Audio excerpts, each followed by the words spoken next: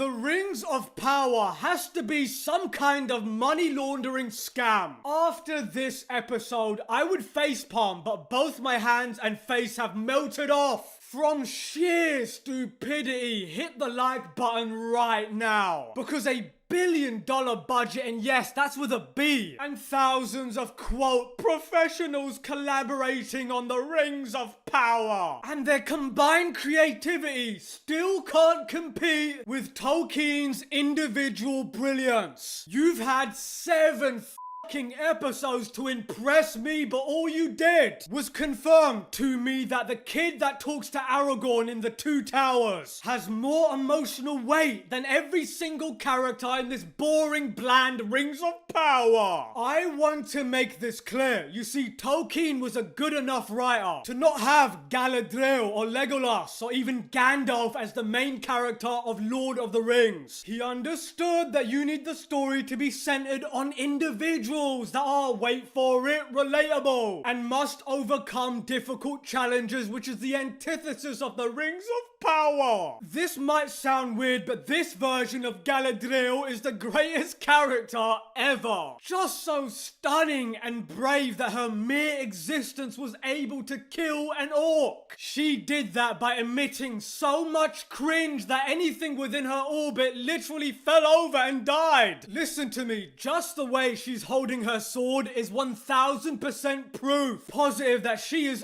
utterly clueless. It's like she's holding a piece of paper. It's just pathetic. So she blows up an orc with just a sword, mind you, and then she withstands a deadly pyroclastic flow of volcano fire like it was nothing. I mean, she can do and get everything she wants. What can't she do besides get people to watch? Because no one cares about the Rings of Menstrual Cycle. Now, Galadriel might have the strongest plot armor known to Middle-earth, because Homegirl took hundreds of rock fragments and burning ash on her chin, and she had the same stoic face. Wonderful, just wonderful acting. I mean, it's not like the facial expressions are on par with Twilight, but the fact that people behind the show don't know how volcanoes and fireworks is laughable. A 5-second Google search will tell you that a pyroclastic cloud like that can travel 600 miles an hour and be over 3,500 degrees. I don't know why that pissed me off so much, but it's just a cherry on top of a shit cake. But I digress. The creators of Rings of Power need to be punished for their crimes against the fantasy genre. If the All-Father Tolkien could see this, he would throw himself into an ice trough. Quite frankly, him and his son Christopher would be rolling in their graves right about now. Make no mistake, the whole point of the Rings of Power, they want to make sure that no one does a Tolkien-based story again. That is their end goal. I mean, this will teach a very valuable lesson to the Tolkien estate, or whoever is responsible for the book's rights, to take caution in the future. Otherwise, Tolkien's world will soon be worth close to nothing. Commercially, that is. Now, the thing is, we all know that wokeness is a sign that the content will be bad. But even the wokeness takes a backseat to how boring this show really is. I mean, I was checking my phone for at least 80% of the show, and that's a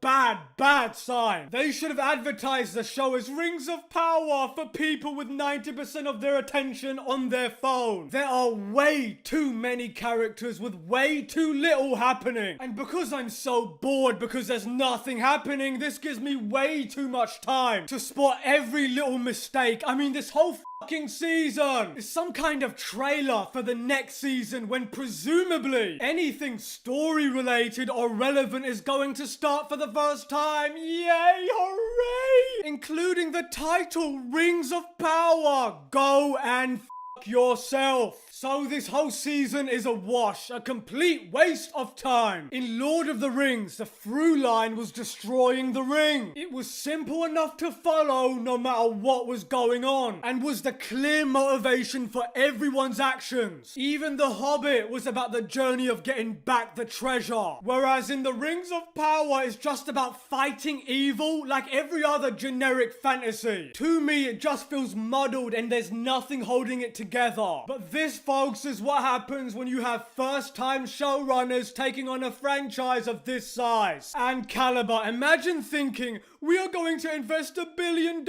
of this show to make sure it's a huge success, and then hand it to a bunch of amateurs with zero experience, talent, or any respect for the source material. Yeah, that's a great idea. The writers of this show have zero experience and have been tasked with adapting the works of one of the most celebrated and beloved authors of fiction, and with the amount of money involved, it should have been amazing, but political pandering got in the way of telling a compelling story. The only way season 2 can be any better is if Kate Blanchett wakes up as Galadriel in bed, rolls over next to Celeborn and says, "Oh my goodness, I just had the most awful nightmare. I dreamt I was an angry maniac with zero charisma." Joking aside, by the way, this is why staying true to the lore is extremely important. You give the story the respect it deserves. Was Peter Jackson's trilogy flawless? No. It had some mistakes just like every other movie, but it felt perfect because of the love, care, and respect that was put into it. The situation we find ourselves today is the exact opposite, and it will end in the exact opposite and make no money. You know, now that I think about it, Amazon is a publicly traded company who spent $1 billion on this show and deliberately tried to make it as bad as possible while also lying about how well it's doing. I would imagine that falls comfortably within the definition of defrauding the shareholders. That being said, I am happy to contribute to the poor performance of them Rings of Power. And before I go, I am going to play a clip of an honorable, noble filmmaker. You may know him from his exquisite work, such as King Kong, The Hobbit, and The Lord of the Rings, who was actually ignored throughout production by Amazon for The Rings of Power, because inside Jeff Bezos' incredibly small cue ball head, he thought he knew more about Tolkien, so tell him why he's wrong. Take it away, Peter.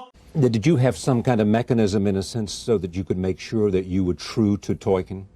Well, we didn't want to put any of our own, certainly in terms of the thematic material, we didn't want to put any of our own baggage. I mean, we had no interest in putting our messages into this movie, but we thought that we should honor Tolkien by putting his messages into it.